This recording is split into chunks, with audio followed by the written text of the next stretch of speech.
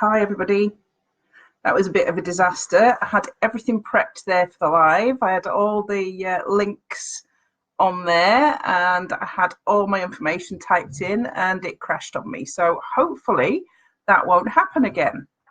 Hi Rachel.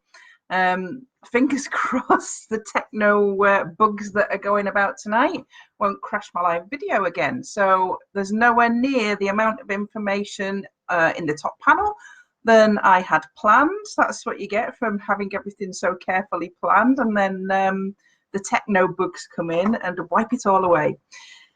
Anyway, I've got a good light tonight, so hopefully that looks a little bit better than it did, because the dark nights are coming in now, and even just putting the light on in the living room is not enough to give me enough light. So hopefully I can fill in the gaps that are missing from the information that I would normally put in here. And you'll just have to listen to me and make notes. That's just the way it's going to have to go tonight. I'm going to have to wing it. I'm quite good at that. I do that in everything in life, actually. I do it on a daily basis. So tonight will be no different than normal. How are you tonight, Rachel? Nice to see you here. I'm not going to wait for everybody to drop on, because otherwise they run over, and half an hour is long enough for anybody, particularly when there's good programs on the TV on a Tuesday. So this is episode 3 of my 12-week series of how I went from bankruptcy to abundance. And in this episode, I wanted to discuss tonight, and I've not been able to put it at the side there, but the topic for tonight was, what do you have and what do you need? And how to ask the universe for what you want and what you need. So that's where I'm going to start off, really. And I suppose those of you that maybe saw last week's and the weeks before, I'm just going to recap. So last week I talked about mindset, and the week before I talked about forgiveness and gratitude. And I described forgiveness and gratitude as the bricks and mortar when you're rebuilding your life from nothing, and mindset as the windows. So this week, taking stock of what you have and what you need. Hi Rachel. Yeah, taking stock of what you have and what you need is like putting the contents in, or starting to put the contents in, starting to fill up. So when I talk about what you have and what you need, I don't know what that brings to mind for people. It would be good if you could maybe share that with me in the comments. What does that bring to mind? Because I'm probably going to talk about something completely different to what is expected tonight when I talk about what do you have and what do you need. Now, bearing in mind, I had lost everything. 10 years ago, I had lost everything due to my series of unfortunate events that I have been writing about today.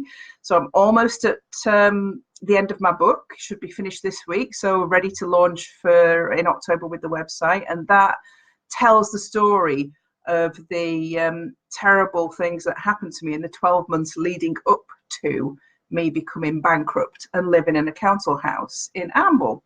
And last week I talked about reframing my mindset and reframing my thinking to how I described myself.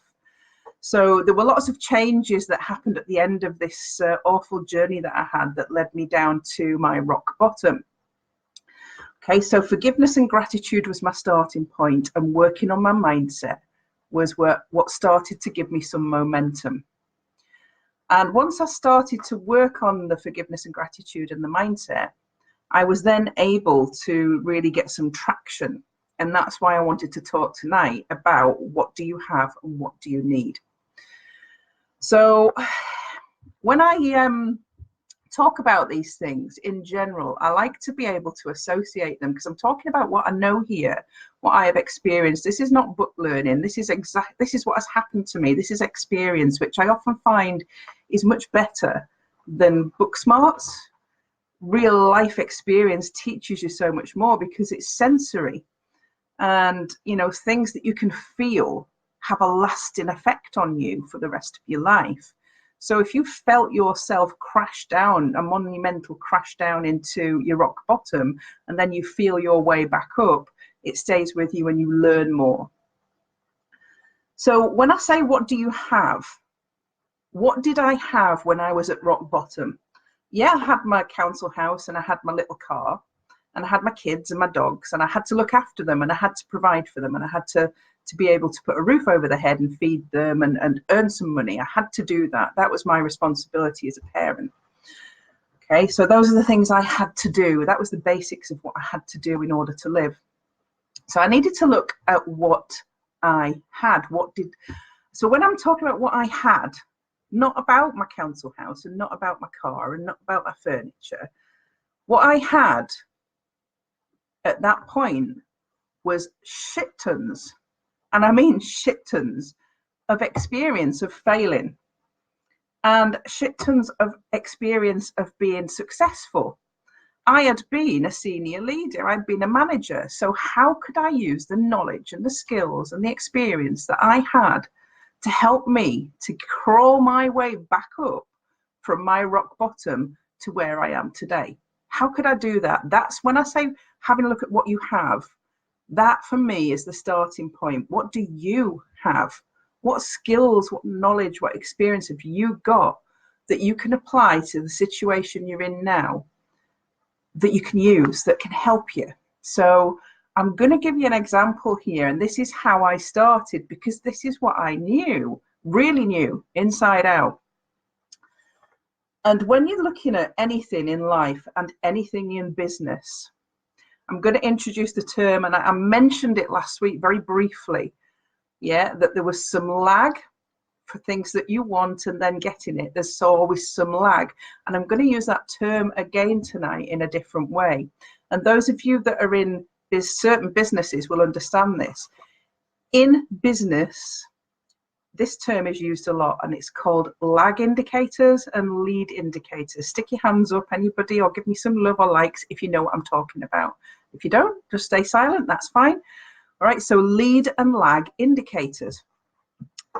In business, a lag indicator is a result of other things. So a lag indicator, a huge lag indicator, the biggest one that any business has is sales.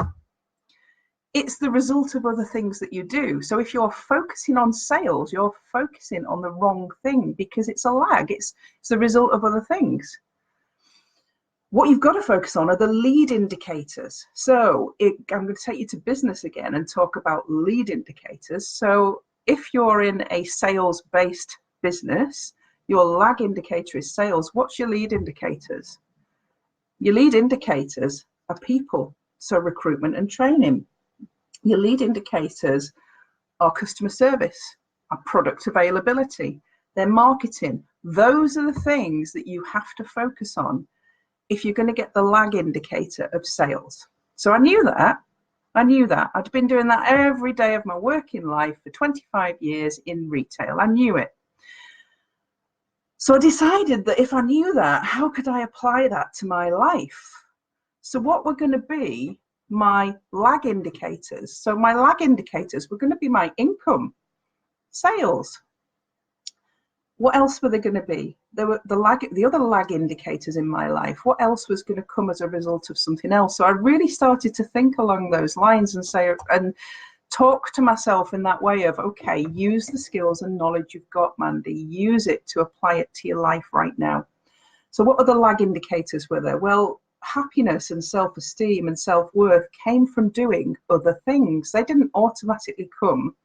You can work on them, but you don't work on self-esteem and get self-esteem. You work on other things to get self-esteem. It's like the sales lag indicator. So the lead indicators in life then, so how did I get my income raised? So back to the start, I'm looking at what do you have and what do you need? What do you have? What do you need? We need to increase our income.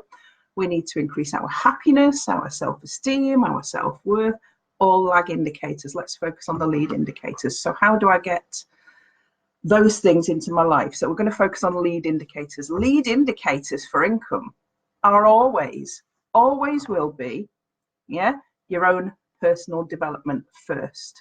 You are number one. So you've got to work on you. And I touched on that last week as well. And I'd started describing myself differently. And I'd started investing in myself. Okay, so your own personal development is the first of the lead indicators in order to change anything in your life. It's the same in business, because the better you are, the more you know, the more of an expert and a master you are at whatever it is you do, the better results you're going to get. That applies to life as well. So your skills and your talents and your self-development are the number one lead indicator that you need to work on. Next, and this is also the same in business, is network. You may have a business network. You also really, really need a personal network, a network of friends, of family, of people that can at some point help you to get to where you want to get to. Because if you have no network, you have nobody else to learn from. You have nobody else to ask. You have nobody else to offload to. So that is vital. So that's a lead indicator in producing all the other things that you want. All right. Sharing skills, networking, creativity. So a lead indicator. Sorry, the dog's starting to whine there. I knew he would, or somebody would come in, but never mind. That's life.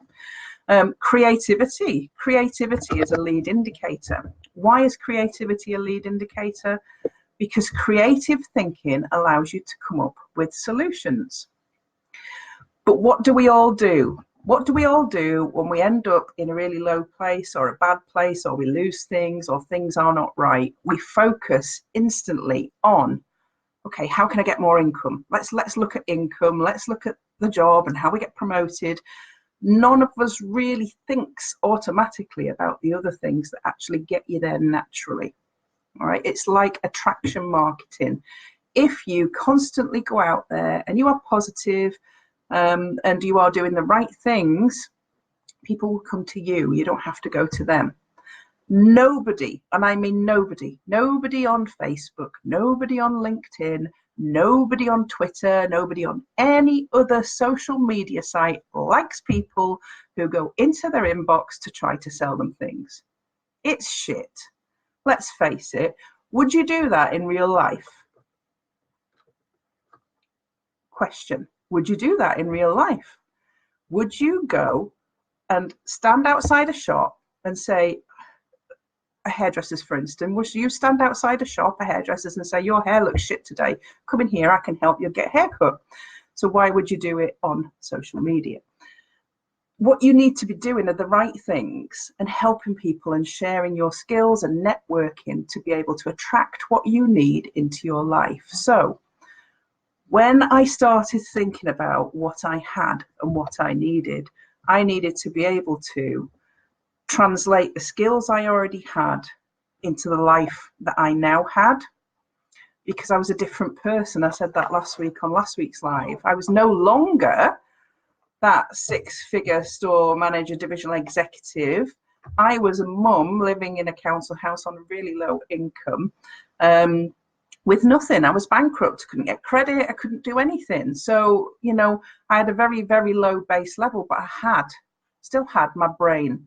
I still had my creative thinking. I still have all the lessons that I had learned in the jobs and the career that I'd had previously that I could apply to life. And once I started to apply that into my life, I never had to look for work again. That's me being honest. In the last 10 years, and I did say this last week, I've been self-employed for 10 years now, and I've never had to look for work. Work has come to me. Because what I've done is really worked on the lead indicators in my life, which have been the networking, my own self-development. So one of the things I wanted to do today was introduce that concept to you of lead and lag indicators and how massive that can be when you shift your thinking away from, I need to do this, oh God, I need more money, oh God, I need to do this. Yeah. And it goes the same for everything else. If you're feeling overworked and stressed, and you can't relax, and somebody says, oh, you need to focus on your self-development, and then all of a sudden they plant this idea of, I need to focus on self-development, self-care, I need to focus on self-care. How do I focus on self-care? Right, I'll go and book this appointment and that appointment. Again, you're focusing on what is actually a lag indicator. You need to think about self-care holistically in the big picture. and work out how it all fits together before you can actually take care of yourself. First thing you need to do is put yourself at number one, and that goes with your self-development, your self-care, your networking. All of those things need to be the things that you are constantly looking at on a daily basis, and that's where you need to be setting goals, right?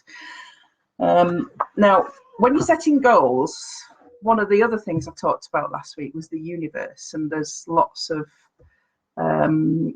media coverage and social media coverage at the moment about the universe and asking the universe for things. And I'm a great believer in asking the universe for things, but I explained last week that I thought that I am the universe and you are the universe. Because putting things out there to the universe is actually saying out loud what it is you want to achieve. Okay, so you've identified what your skills are, you understand the things that you should be focusing on by focusing on lead indicators. Now you're going to ask the universe for what you want. What you're actually doing is you are putting it out there. You're saying it out loud. You're writing it down. You are setting goals that are putting out into the world what it is you want. And when you start talking about the things that you want, okay, I want a better job. I want to earn more money in my business. I want to have more savings. I want to be able to get back on the property ladder. I want to be able to do all these things. You are triggering something in your brain that starts to think creatively. Right? Creative thinking is at the root of everything. Once you start to think creatively and focus on the right things, you, as the universe, will come up with the solutions. And people really struggle to get this. It is the principles of The Secret. For those of you that have not read or watched The Secret, please do. The video is a bit Americanized, but the principles are there in that if you put out there to the world, your world, the world that's around you, what it is you want to achieve, somebody somewhere, when you start having conversations and saying, this is what I want, and you start posting on social media and you've got goals set and you're thinking every day about this is what I want, this is what I want to achieve, this is what I'm going for, I'm going to focus on the right things, this is what I'm going for, then what happens is people know what you want. And those people that can help you, if you're working on your network, if you're within your network and you developing your network as a lead indicator, those people that can help you will help you. That's what putting it out to the universe and asking the universe really means. Setting a date so that what you want comes in at just the right time rather than comes in willy-nilly.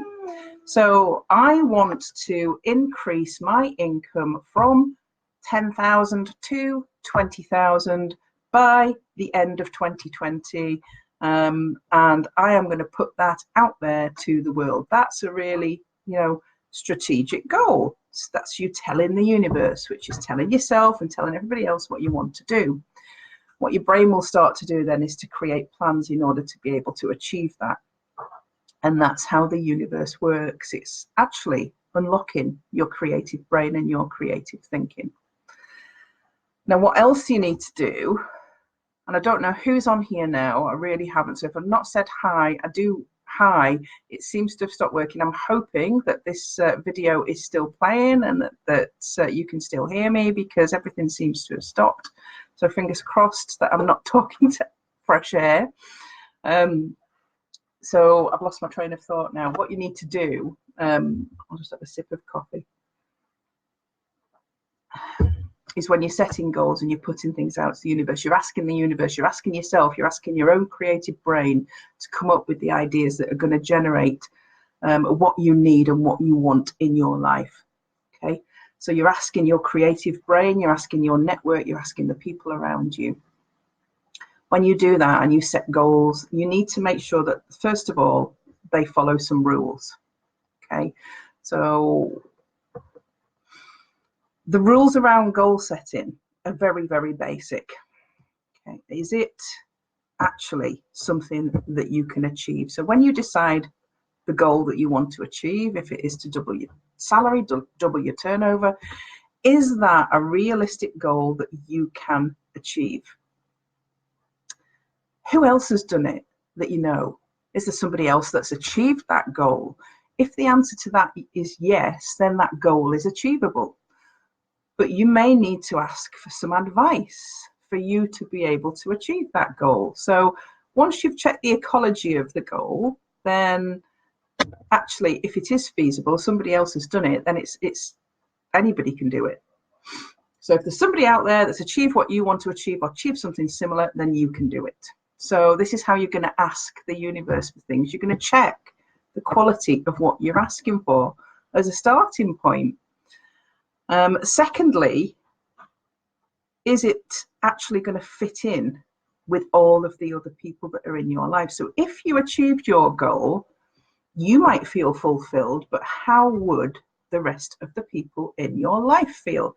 So if your goal is to move to Spain and you are married and you've got a couple of kids and the kids are in school and you really, really want to move to Spain, but your husband doesn't and your kids don't want to move to school, then actually the ecology of that goal isn't good, is it? Because it might tick your boxes, but it may be that it's not good for everybody else within your close network. However, that doesn't mean the goal couldn't be reworked. So maybe you could buy a holiday home in Spain. That could become your goal instead of moving to Spain. And you could take your family there on holidays, and other people in your network could go there on holiday. So it's about thinking about, first of all, is the goal achievable and feasible? And is it ecologically sound within the place that you are at the moment?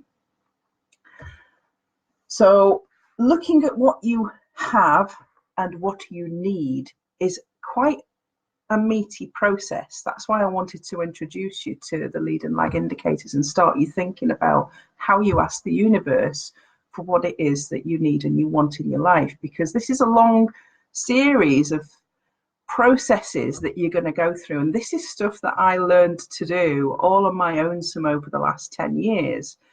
Not all on my own, some because I had a lot of experience to bring into this personal life with me that I wanted to change. So over the last 10 years, I may have been started out as a cleaner, but then I had a cleaning business. And then I changed from that and moved into financial services. And then I moved into a different side of financial services. And now I'm about to launch my business in October, which is about creative thinking. And it's about changing the way that we approach and think things. And I'll be launching that on my website with my book in October. So I've reinvented myself several times. And like I said to you, all of that has come to me. I've never had to look for that. I'm not bragging when I do that. I'm telling you that's the way it's been, and it's been bloody hard. One of the things I will say is that nothing is easy. I got a message, so people are still there. Thank you, Fiona. Thank you. Nothing in this life is easy. There were times over the last 10 years when I just wanted to give up. But I had 2 kids to feed, and I had, that you can't give up. All the mums out there will know exactly how I feel. There is no way giving up is on anybody's agenda that has got children. So you have to keep going. And in order to keep going, you've got to have, first of all, the mindset that I talked about last week to describe yourself differently. So I am an entrepreneur, I'm a business owner, I live in my castle by the sea. And actually, I'm going to focus on the things that are going to bring me what I want. So initially, did I bring in loads of money into my business? No, because I wasn't focusing on sales. No, that's a lag indicator.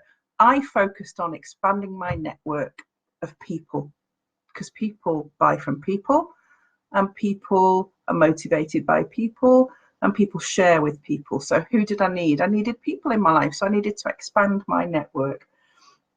And I needed to focus on the skills and talents that I did have and use them in the life that I now had. That was something that I could do. And I did all of that a bit at a time, and it didn't come easy. It did take a couple of years, because remember, I was a single mum with 2 kiddies and 2 dogs. So I didn't have loads and loads of time. But what I did do was, because they did sleep occasionally, I did study. I did a psychology degree while I was on my own in that council house because, do you know what? I found out that I could get funding. Being a single mum, living in a council house and being on a low income, I could get funding for my own education. So I studied for a psychology degree and I did some coaching diplomas. So I invested in me. And when I could afford to do more, I did more. I used the skills I had. I enhanced the skills I had with more education and more knowledge. I expanded the network that I had. Rachel, you've asked me a question. Is it okay to reinvent yourself? Do people adapt? Is it okay to have different businesses with different identities? Do you know what, Rachel? I think I may have just answered that. Maybe a bit of lag there. That's a lag indicator, your comment. In that I was a senior leader in retail. Then I was a cleaner. Then I was working in financial services. Then I was doing wills and estate planning. And now I'm an artist, coach, and author. You can be whatever the hell you choose to describe yourself out as on a daily basis. People will adapt. But people only adapt when you show up with a consistent message all the time. You are talking in the new persona that you have. So I don't answer questions anymore about what I was because it's what I am today. So hopefully that answers your question a bit. Every question I answer now and every thought that I have is about Mandy, the artist, the coach, the author. Yeah, because that's what I'm choosing to do. And if I change my mind and I want to be something else in a couple of years, do you know what? That's what I'll do. How you describe yourself and how you show up just need to match. Your internal processes and your external persona just need to match and be aligned, because you can't be talking about one thing and doing something else. It has to be all that you are. So for the first couple of years after my bankruptcy, all that I was a cleaner that was developing a cleaning business. So I was building my cleaning empire, and I did that until the time was right for me to move on. When I did the financial services, I did it really well, and that's it. I lived, ate and breathed that and got really into it. I even looked at doing, in fact I did start doing some studying and develop my CPD in financial services, and I still have done up until sort of making this transitional period now.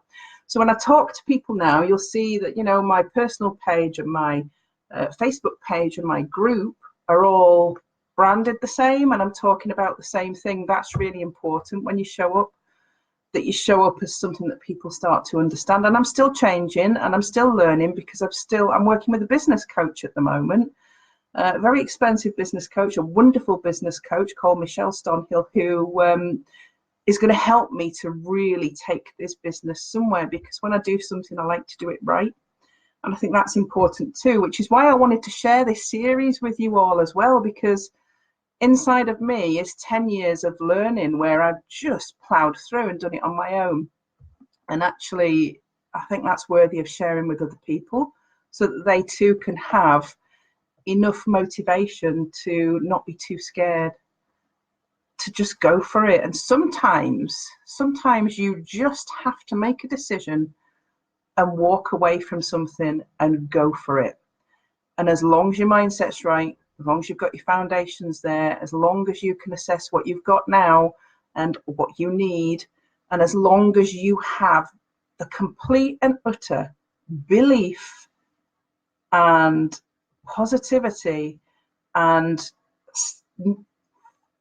tunnel vision of this is all I want, this is what I want to achieve, you absolutely will. But you also need to tell everybody around you that is what you're doing. Tell everybody. Those people are your lead indicators. That network are the lead indicators that are going to get you all the lag indicators that you desire in this life. Please focus on lead and lag. Learn something from this tonight and get your focus shifted to focus on the lead indicators. People are amazing, and when you are genuine and authentic and you show up all the time talking the same language and you're passionate about what you do, it's visible. It's visible in everybody that does it. And Leanne's just dropped on there. Hi, Leanne. And it's visible in Leanne and what she's doing at the minute. People that are passionate about what they do they can't hide it because it's there, and it's part of them. So hopefully, thanks, Leanne. Hopefully that will have given you a little bit of insight into how you can start to change your life. Remember, bricks and mortar, forgiveness and gratitude. Windows, mindset. You're starting to put some substance in there when you start to think about what you've got now and what you need and how to ask for it and how to focus on the right things. That was the message tonight. I hope that that has been of some use to you all, and that you can use that in your daily life. If you learn one tiny little thing each week from these half-hour sessions where I drone on, then do you know what? It's worth me sitting here and missing half an hour of Holby and droning on to you, because that's what sharing skills is all about. I learn as much from other people that do this as you will from me, I'm sure. So keep watching. Episode 4 next week. Sound like Star Wars now, don't I? Not as good as that. Not technically as good as that. So next week, I'm actually going to talk about what to do with what you have. So once you've identified sort of these assets that you've got, non-tangible assets, but I'm going to set a little goal for people that are here tonight that have listened, just a little one, right? Make a list of your assets. And when I say your assets, you know what I mean. Make a list of your assets. What do you know? What are your skills? What are your assets? And then if you want to, make a list of your financial assets, because I'm going to be talking about financial assets in the next few weeks. I've worked in financial services. Why wouldn't I talk about it? I'm going to give you some advice there, and I'm going to talk about that. But make a list of your non-financial assets. What assets do you have? And I'm going to talk to you about what you can do with what you have. Financial and non-financial, and the difference between an asset and a liability. That's what I'm going to talk about next week. Worth watching, because all of you that think you've got this huge asset that is your home, you have not. It is a liability, and I'm going to talk about that next week. So join me again, 8 p.m. next Tuesday, same place, same time, same droning on, hopefully not the same cup of coffee. See you then. Thanks for watching.